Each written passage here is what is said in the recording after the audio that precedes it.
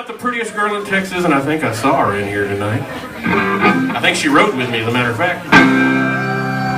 I found the prettiest girl in the world, right here in the Lone Star State.